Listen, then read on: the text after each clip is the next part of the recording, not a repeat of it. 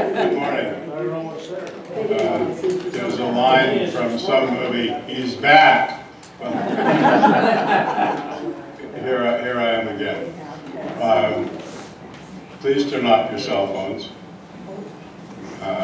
And I want to preface my talk today by thanking Eric Cheney for hopefully helping me improve my slides. We have some discussion and he gave me a lot of suggestions. What's interesting is that, in fact, it doesn't, with this program, it is not the same as PowerPoint. And so the colors don't come through the same. So I don't really know how it's going to work out. But we'll see. What's the program? What's the program? I don't know. It's whatever's on Chrome, but it's not PowerPoint. Oh, gotcha. So it basically takes whatever you do in PowerPoint and converts it into something that's different. But you know, probably the colors are less important to everybody else than they are to me. But to give you a hint, I did get rid of the white background. That's the key thing. So there's a handout in the back that lists the topics by weeks. We're going to meet this week, next week. There'll be an off week because they have something important in here. Things like the dietitian or something that is important. And then we'll be back for 3 more weeks. So what I'm trying to do with this series of talks, and this is a revision of something I gave a year or so ago, is to follow on what I talked about with regard to history, with really focusing, so what's it like now? If you go, what are the things you can see, what are some of the issues, and so on. Contrary to what the announcement in the elevator says, I am not recanting my travels in China. I'm not sure who generated the flyer. That was me. That was you. Well, look up recant. It means to take back. John gave me that word, so I'm gonna tell him. Who did? John. Oh, well, he's setting me up. So here's what we're going to do. We're going to start like I have done before, going from the far east to the west. So we're going to be in China, then go into Central Asia, and spend some time looking at a number of the cities there. But today, looking at China, a number of the cities in China were very important during the time of the Silk Road, and particularly from about 700 to 1100 CE. There are a lot of artistic and architectural treasures that you can experience today, and that's what I'm going to kind of focus on is some of those. And then in visiting these cities today, we get a glimpse of the past as well as when we get into Xinjiang, some of the current political tensions. And I'm going to close with that because it really sets up, I think, some of the issues that are facing populations now, the traditional indigenous populations, particularly the Uyghurs, as the Chinese, the Han Chinese, exert their influence and power through the country. You've seen a number of, if you've been to my talks before, you've seen a number of versions of this slide. Basically, we're starting over here in Xi'an, going through China, and we'll continue over the next few weeks to get over about this far.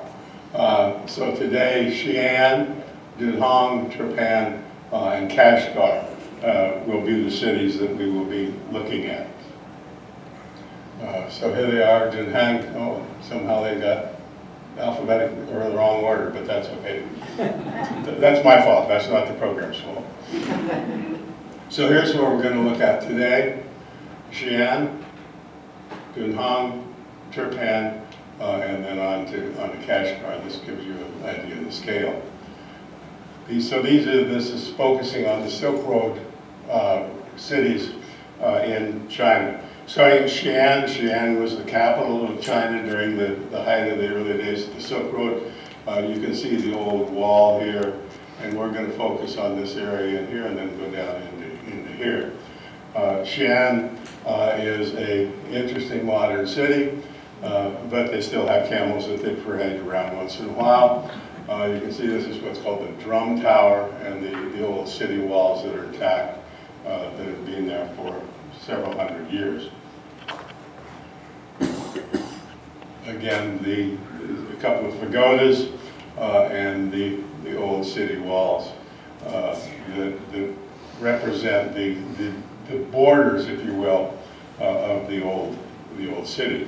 This is a building called the Wild Goose Pagoda. This is the Big Wild Goose Pagoda in Xi'an. And if there's a big one, there's a little one as well. One of the things that I found most interesting in Xi'an, and the place where I spent most of the time when I was there, was in the Muslim quarter. And if you recall when I talked about the Silk Road and the importance of Islam and in trading, that the Muslim presence in Xi'an was very important. This is just a street scene in the Muslim quarter. Here's a bazaar. As if you've heard any of my talks before, you know I like markets. This is kind of boring because it's just a lot of junk. But anyhow, a typical street scene of a bazaar. One of the things that you find everywhere you go is street food. And when we talk about Central Asia next week, I'm going to talk more about food. But you can see that the shashlik here, the kebabs, are quite popular in this part of the city. One of the highlights of the Muslim quarter in Xi'an is the mosque. And the mosque is back here, but you've got this very ornate, very Chinese entrance to the mosque back here. And again, keep in mind that the Muslims in this part of China are very much in the minority. When we go farther to the west in Xinjiang, they're the majority as a minority. But here it's a small population. But I found the architecture here to be particularly interesting. This is the interior of the mosque.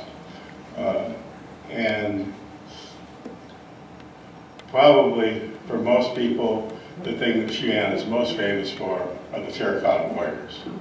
And I'm sure a number of you have seen these in person. They're incredible. This is one. This is a guy who's kind of resting in pieces. But here's what you really look for. This building is about the size of 3 football fields. And all of these were not found like this, I can assure you. They were found broken up, like that first one I showed you, and then put back together. But you get some idea of the magnitude. Look at all these little ants up here. You get some idea of the magnitude of the buildings and of the warriors themselves.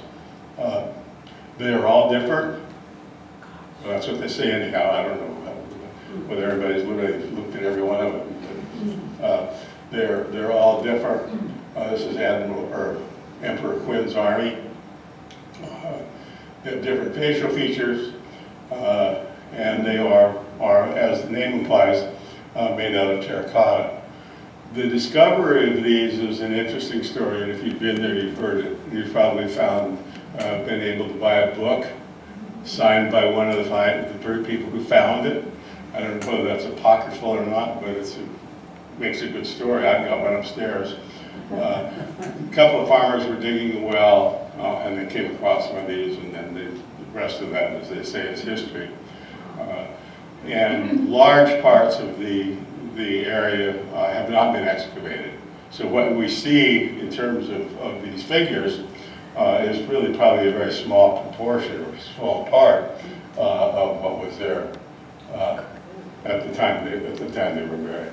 But you can see here is the masses, and so there's going to be more under here. But these, as I say, were not found standing up like this, but they have been put back together. I think the horses are pretty cool.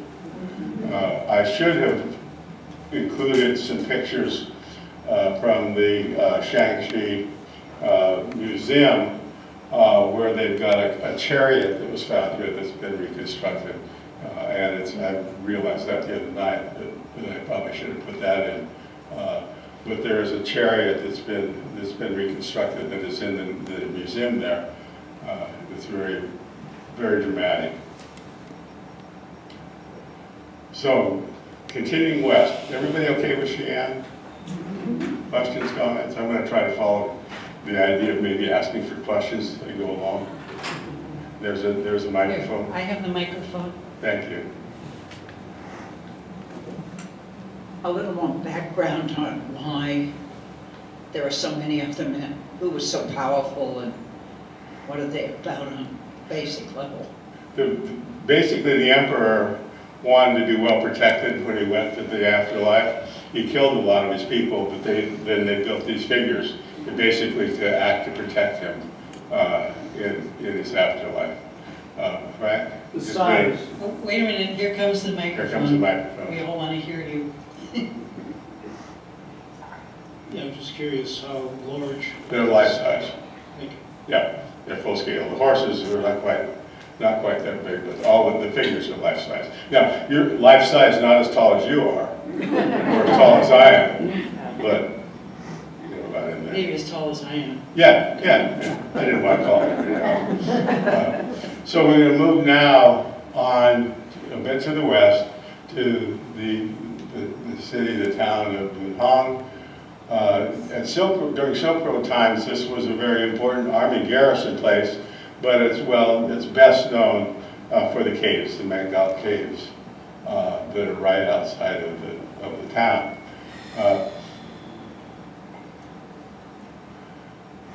The question came up about the caves when I was talking about this in my last series of lectures.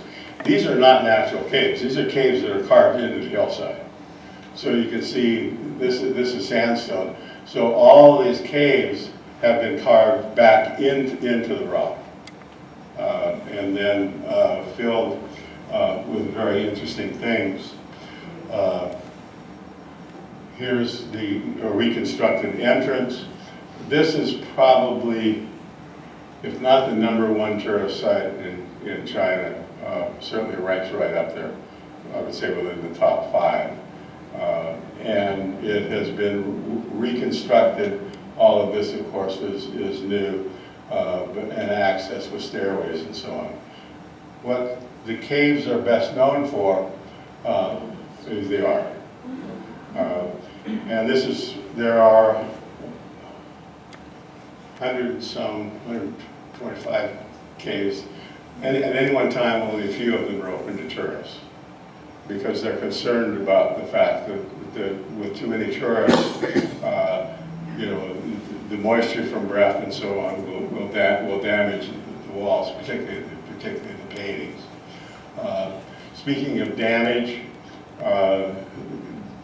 when the Muslim troops, the Islamic troops moved into this area, as probably most of you know, supposedly the Quran prohibits the representation of human figures, and so many of these had their eyes scratched out, their faces scratched out, deformed or damaged by the Islamic troops when they moved in the 700s.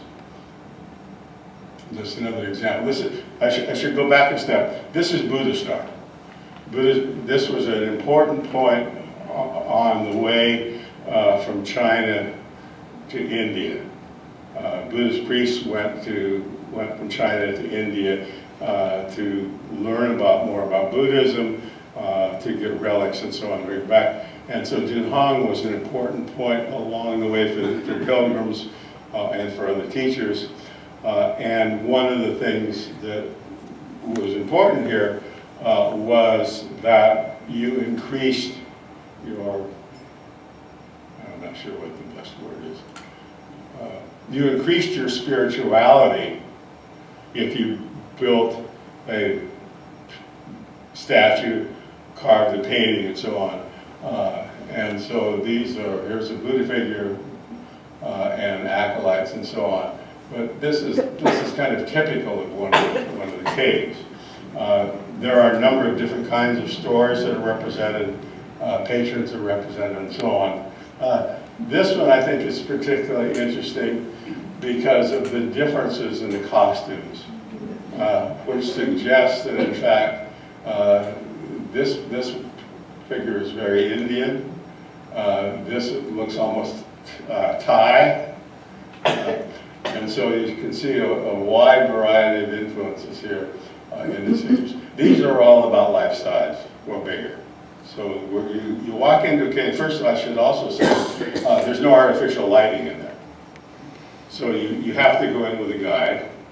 And if you're lucky, you have your own flashlight. Of course, now everybody has phones, but you've got a flashlight. But you know, you have to have a personal light, or your guide will point things out to you. But these are all figures that are life size. And there is the combination of sculpture in the round and then painted figures on the walls. Well, in addition to the art and the statuary and so on, another thing that Jinhong is very famous for is what's called the library cave. When pilgrims went to India or Tibet or other further places further south, they brought back with them many, many Buddhist manuscripts. In addition to Buddhist manuscripts, there are manuscripts here that represent the diversity of the populations, the diversity of the peoples who passed through Jinhong. And so you find in these caves, this was one cave, I should make it clear. This is one cave, has a long and interesting history in itself, but you find a lot of religious texts, not only in Buddhism, but Manichaeism, in Zoroastrianism, there are army records, and so on. But one of the things it's most famous for is what's considered to be the world's oldest printed book, and this is the Diamond Sutra. This is a Buddhist text. It is now in the British Library in London, but it's considered to be the oldest text. The story behind how it got to London is an interesting one. There was an explorer, a guy named Mark R.L. Stein, who heard about the cave. It had been closed off for years, then it was opened up and then closed off again by Abbot Wong. And basically R.L. Stein came in. This is not R.L. Stein, this is that's Paul Perot. But R.L. Stein heard about this cave, heard about it had manuscripts in it, became very friendly with the abbot, and basically managed to escape with thousands of documents and manuscripts. He's considered to be a thief by the Chinese. And it's interesting, this is the kind of thing that there's a lot of discussion now in the art world about repatriation. Whether things should go back. I can assure you that the Diamond Sutra, the British Museum will not repatriate the elegant marbles. The British Library is not going to repatriate the Diamond Sutra. But anyhow, R.L. Stein is a fascinating guy, and this is a fascinating place. Clearly, the manuscripts are not there anymore, but you can go into the cave, and it's one of those things. It's like, man, I'm really here. It's one of those really interesting experiences when you realize whose footsteps you're following. One of a great thief. Okay, now we're going to go to the far west, and we're going to go to Xinjiang. The full name is Xinjiang Uyghur Autonomous Region. The Uyghurs spelled either with a U or with a Y or an I, are a Turkic majority in the autonomous region. They are predominantly Muslim. And what we see now is that there is an increasing Han-Chinese influence in Xinjiang, particularly, what's the matter? Seems like your voice is disappearing. Where did it go? Is this better? Okay, thanks. Yeah, my TA has to help me out. There's an increasing Han-Chinese influence, and what we see is that in many cities, and particularly Kashgar, which I'm going to close with, the old towns are being destroyed, and the Han-Chinese are basically taking over, and what was old Muslim architecture is being replaced by basic Chinese schlock.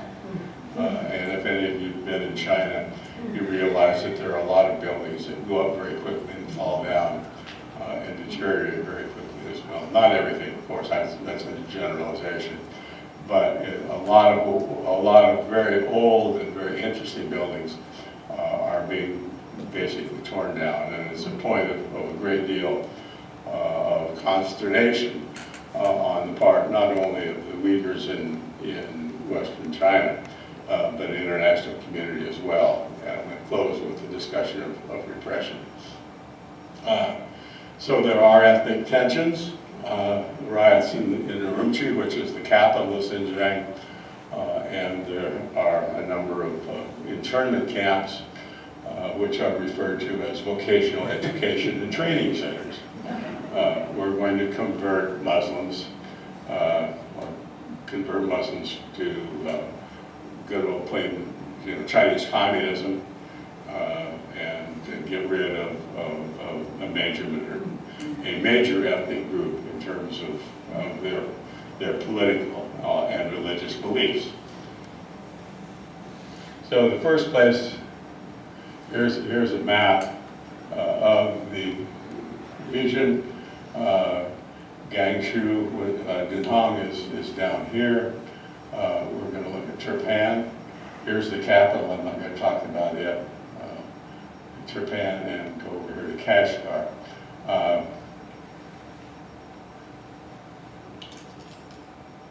This is all desert. That's the Taklamakan, if you remember. This is the desert. The name means if you go in, you don't come out. Let me go back to that, actually.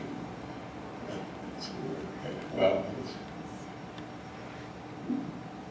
it's not worth it. Anyhow, that's the Taklamakan Desert.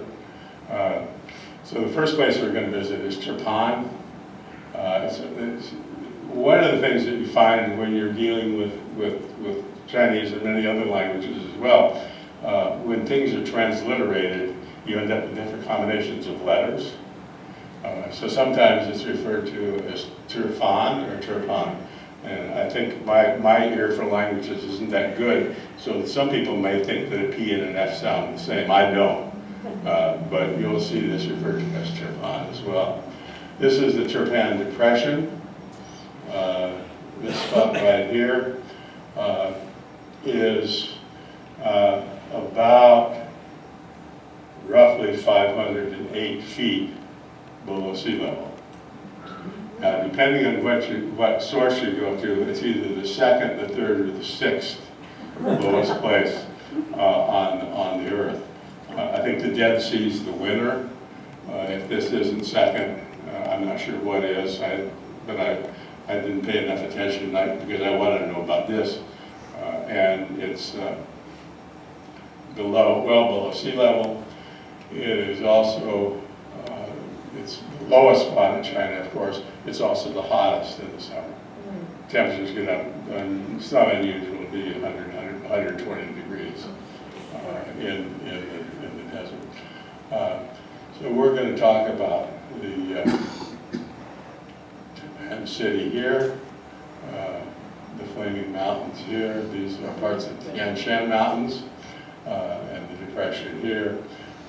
And this was an important site during the Silk Road days. at its important site now. It's a popular tourist spot. These are the flaming mountains, and they really are that color. This is not a Photoshop invention of what they look like. They are very, very bright. The camels, you got to have camels on the Silk Road. This lake is the spot at the lowest of the depression. There's a pagoda there, the Crescent Lake, and then these are referred to as the singing sands.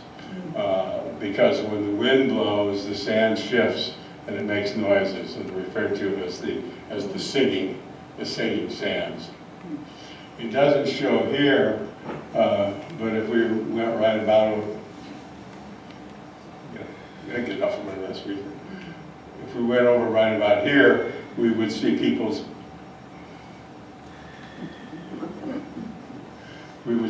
sliding down the hills on the basically plastic toboggans. It's a great place.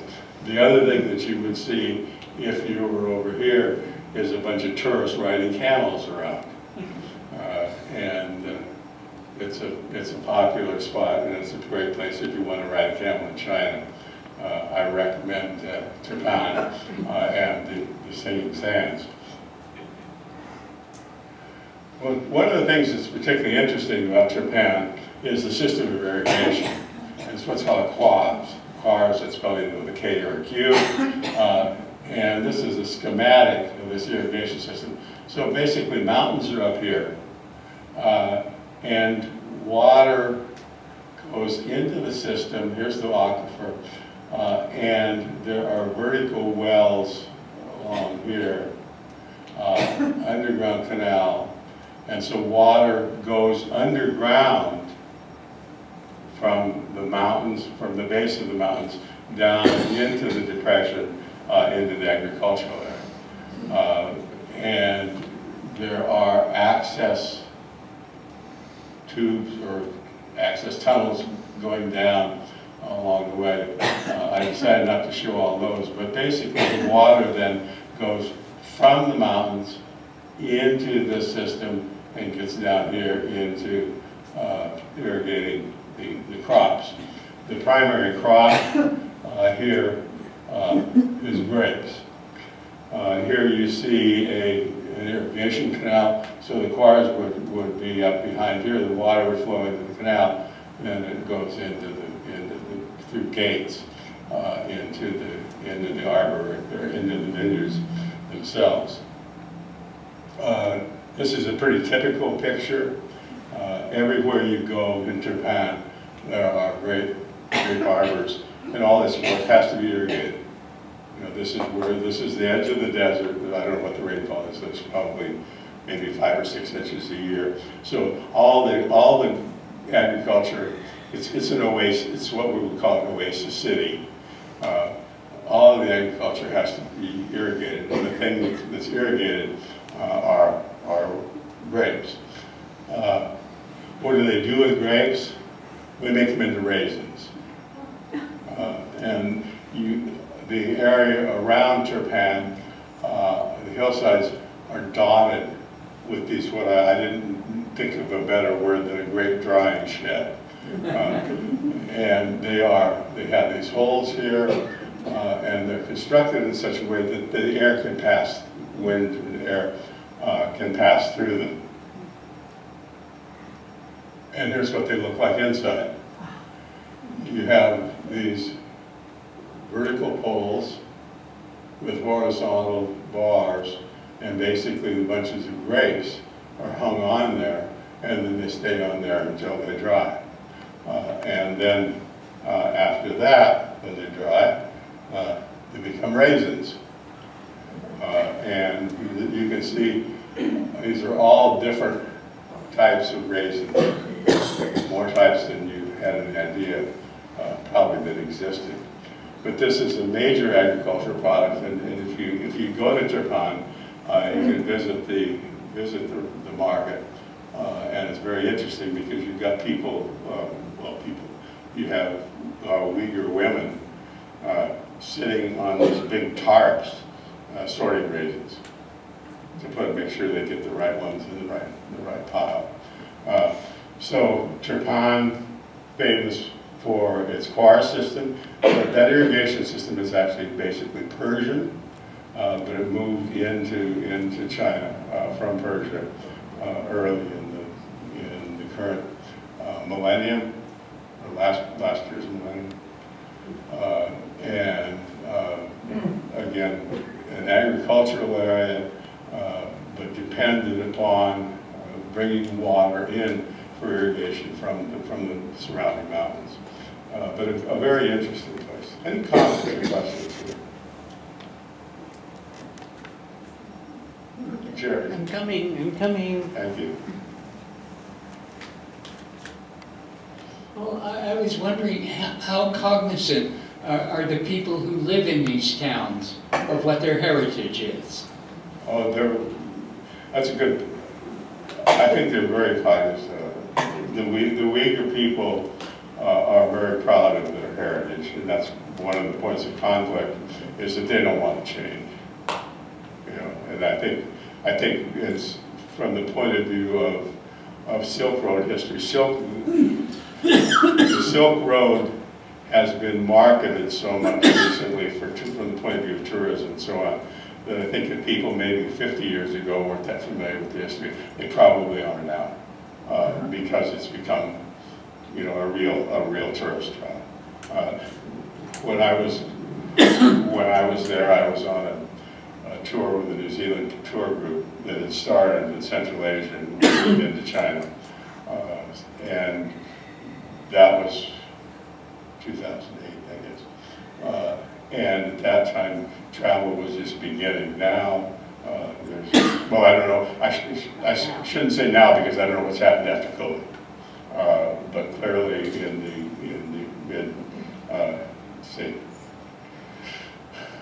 2018, 2019, before COVID, there were a lot of travel, a lot of tourists. The other thing I should probably mention is that in addition to travelers from outside of China, there is an incredible amount of internal travel of tourism within China because of the change in the economic base.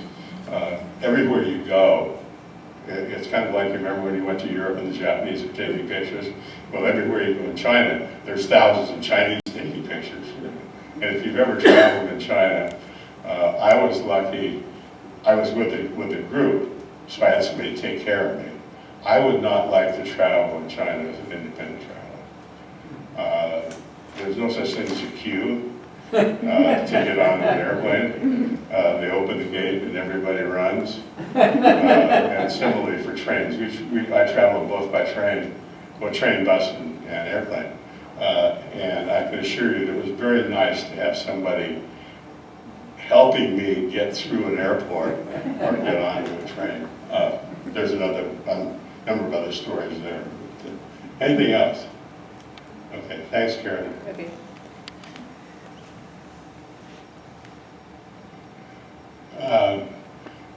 An interesting example of Islamic architecture, the minaret and the mosque in Turpan. We were able to climb up to the top. You get a good view. You can see the mountains into the depression. But it's an interesting form of the minaret. This is all brickwork and with a variation of patterns. You can see the dome here, the entrance to the mosque. So now we're going to go to the far west. We're going to go to Kashgar, the Chinese Kashi. Here, this is Kyrgyzstan. And here would be, this is Kazakhstan, Kyrgyzstan here. This is the gateway city to Central Asia. These are mountains. We talked before about the mountains down here. These are the Pamir Mountains down in here. To orient you, here's Nepal, here's Bhutan, And so here we are, far west China, getting basically moving from increasing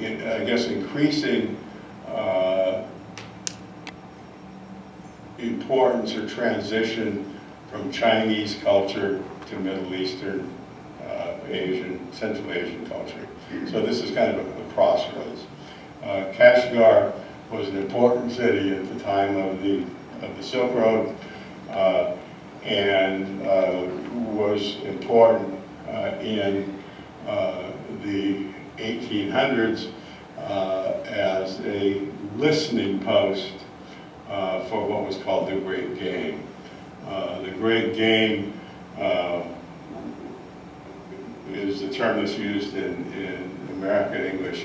The Brits call it the term shadows, and it was basically the posturing between Russia and Great Britain for control of India and Tibet and Afghanistan. And a fascinating, for me at least, a fascinating, whatever turned you on, a fascinating time in history. Kashgar was kind of where the Brits and the Russians were trying to capture information from each other. Brits would come over from India through Tibet, and keep in mind the time we're talking about now in the 1800s, a lot of this wasn't mapped.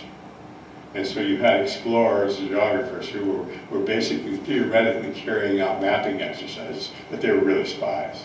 And they were mapping because they wanted to know what was there, where the mountain passes were, and so on. But to a large degree, it was basically trying to get strategic information if you were Russians about the Brits, and if you were British about the Russians. And it was a lot of activity, and as I say, Kashgar was a very important source of information. So this is the Uyghur Old Town, and this is what's disappearing.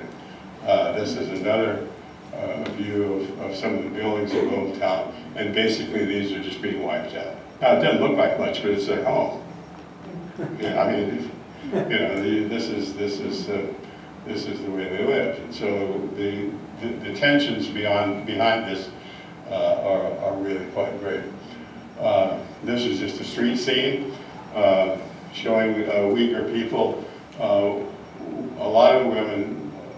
This is in Central Asia. You don't see many women veiled. So this is kind of interesting that here in Kashgar, among the Muslims, they are veiled. They wear these very heavy scarves. Characteristic, this is, when we come a few minutes later to the market, this is a characteristic Uyghur men's hat. They're very characteristic. They've got a characteristic shape. They're basically square with a lot of embroidery on them. They make great gifts, souvenirs. So this is just a street scene there in Kashgar. This was the point, or one of the major points in the Great Game. This is the old British consulate in Kashgar. This is a picture from back in the day. This is what it looks like now. We were able to go in there, and we got to sit at the table where spies, the British spies, would meet with the British consul and tell about what they found on their way through the Himalayas there to Kashgar. So the old British consulate, right down the street, probably about maybe 1,000 meters, is the Russian consulate. So they were close, and they all had their spies, their listening posts, if you will, and this was the center where ideas were and information was exchanged. This is the heart of Kashgar. This is the Friday Mosque, the Akada Mosque. This is what it looks like on Friday. you know, the tradition in Islam is you pray 5 times a day. Lots of times you go to the mosque for that. But on Friday, it's when the imam gives a sermon, and basically everybody goes, all the men, and they are separated off, go to the mosque on Friday for the Friday prayers and the sermon. And if you follow the tensions in the Islamic world, many times it's after the Friday prayers that violence erupts.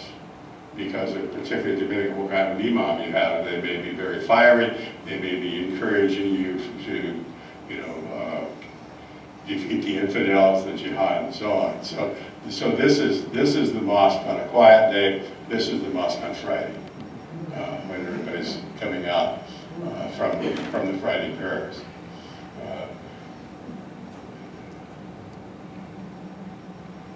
This is the tomb of one of the early, well, not that early, 1700s, I think, one of the leaders of the Islamic community, or the political leaders of Kashgar. The politics of this is that back in the day, Kashgar was in fact independent. It was an emirate. It was ruled by an emir, and this is one of their emir's tombs. Just some very interesting architecture, typical dome, the minarets, and so on. Next to this is a Uyghur cemetery. These are all tombs, and theoretically, one of the most beautiful women Chinese in China, one of the princesses, is buried there. She was sent to secure the relationship between Han Chinese to the east and the Uyghur ruler, and she was considered to be one of the most beautiful women in China, and she was gifted as a bride, the princess bride, to the emir. One of the things that was typical in the politics of this part of the world was the use of brides to secure alliances between potential foes. And I can't remember, but supposedly she's buried there. Okay, now, they aren't all Uyghurs.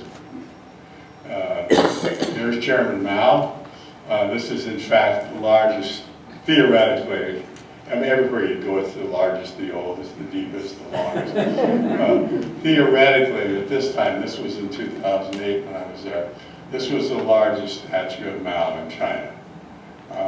And it's right here blessing along a highway, blessing the Uyghurs as they go about their business.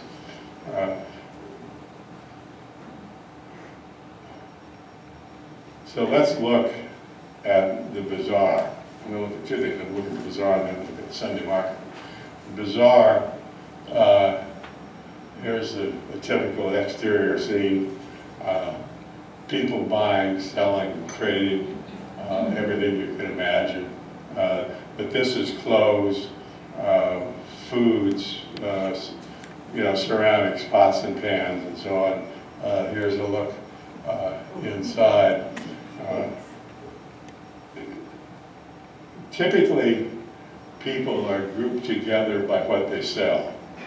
So the people who are selling cabbages are with the other people who are selling cabbages. The people who are selling children's clothes are with the other people who are selling children's clothes. And I don't know how you decide who you're going to buy from. But this is just the interior of the bazaar there in Kashgar. Another shop in the bazaar. You can see all the brassware, gourds. There's a musical instrument shop next door. There's all this really cool stuff.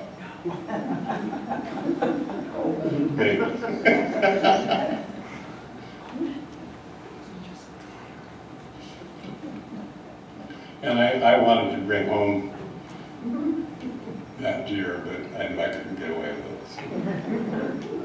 Say, wouldn't that look nice in your living room? So, besides being a listing post during the Great Game, Kashgar is probably most famous for its Sunday market.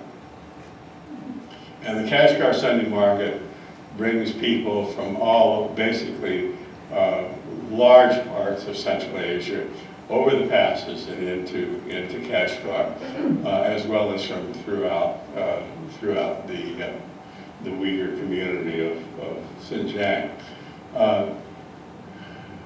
I think there are probably, at least as far as I know, there are two really big markets that are things that are terribly important to the people who live there, but which are also big tourist draws.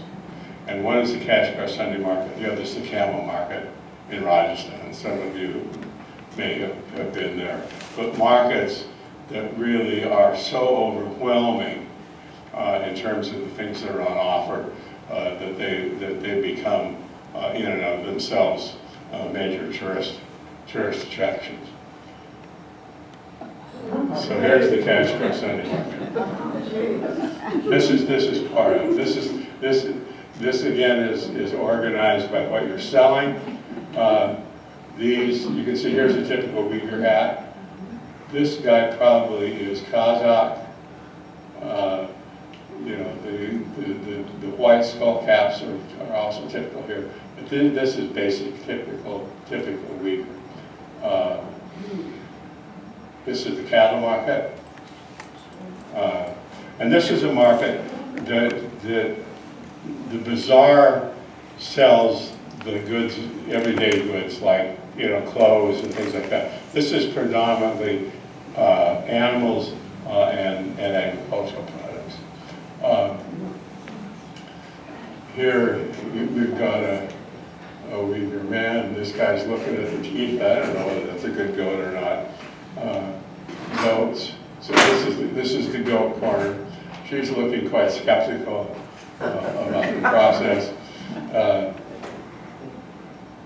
They discuss the price, which is what this guy, I think this guy's the buyer, this guy's the seller, and basically they're agreeing on a price and putting the money on the back of the cow here. Again, the cool hats, characteristic of the Uyghurs. So now we're going into the vegetable part of the market, and in the vegetable part of the market, you can see we've got the potatoes here, and in the vegetable part of the market, more of the sellers are women. Here's an aerial view of these may be apples, but you can see everybody's selling the same thing. And it's like, how do you decide who you're going to buy from? Well, you negotiate over the price. But, you know, and this place is huge. I don't know, I can't estimate how many acres it is. And there are literally thousands of people. And these people come from all over. They come from Australia, New Zealand, America, Kazakhstan, Kyrgyzstan, and it's one of those really phenomenal things. Not only do they sell animals and vegetables, but they got barbers. Well, they took one look at me and thought that I could use both a shave and a haircut. And typically they shave their heads. And these guys, look like they're not Uyghurs. But on the edge of the market, then you've got the barber set up. Yeah. What do you do if you get lost when you're in a market like that? Mona asked me a really good question, which I can repeat. What do you do if you get lost? I really don't know. You avoid getting lost. You can't throw, you can't put down breadcrumbs, right? I mean, you know, but it really is huge. These guys are on the periphery.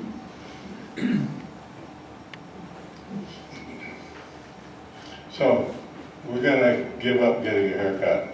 And I'm going to close by talking a little bit about the repression of the Uyghurs, the repression of the Muslims. This has gotten much worse than when I was there. I was there about 10 years ago. So these pictures are now representative of what you would see now as opposed to what I saw when I was there. I saw the walls, but I didn't see police lining the walls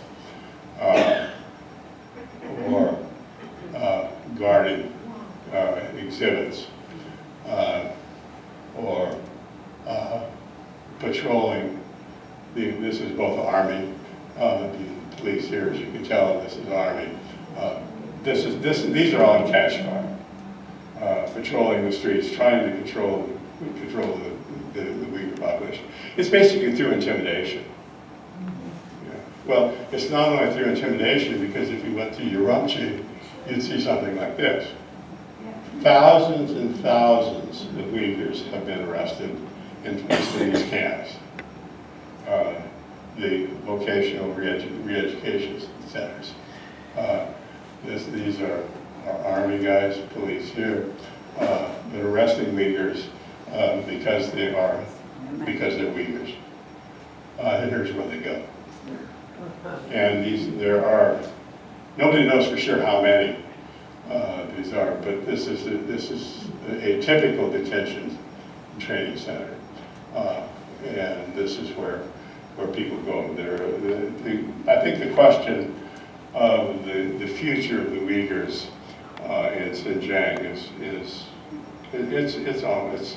equivalent to genocide.